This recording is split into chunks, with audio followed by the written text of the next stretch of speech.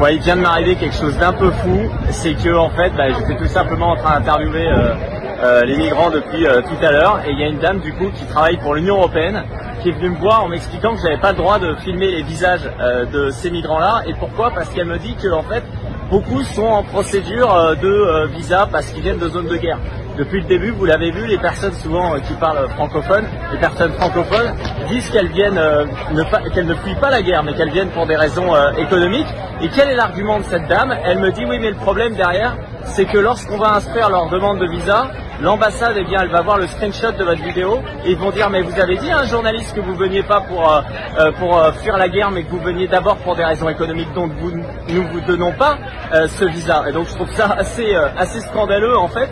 En plus, elle essaie de me faire croire que je n'avais pas le droit de le faire, c'était illégal, alors que c'est notre travail de le faire. Elle voulait simplement qu'on filme les pieds de ces migrants. Là-dessus, pour le coup, j'ai refusé, parce que ça montre à quel point, en fait, à chaque fois, lorsque les vidéos viennent, en fait, des ONG ici, ils cherchent d'abord à montrer ce qu'ils veulent. C'est-à-dire que si, pour le coup, ils n'ont aucun problème de filmer le visage de ces migrants lorsqu'ils vont expliquer qu'ils fuient la guerre, mais lorsqu'ils vont expliquer qu'ils ne viennent que pour des raisons économiques, eh ben là ça les dérange, et ça c'est un scandaleux. Donc n'hésitez pas à relayer toutes ces vidéos justement qu'on a poussées sur Livre Noir, de tous ces Guinéens, de ces Ivoiriens qui viennent ici pour gagner mieux leur vie. Ils ont le droit de le souhaiter, mais en attendant, on a le droit de le savoir aussi lorsque la majeure partie des entrées en France sont faites sous des demandes de visa pour des raisons économiques, alors que souvent on fait croire justement qu'ils fuient la guerre.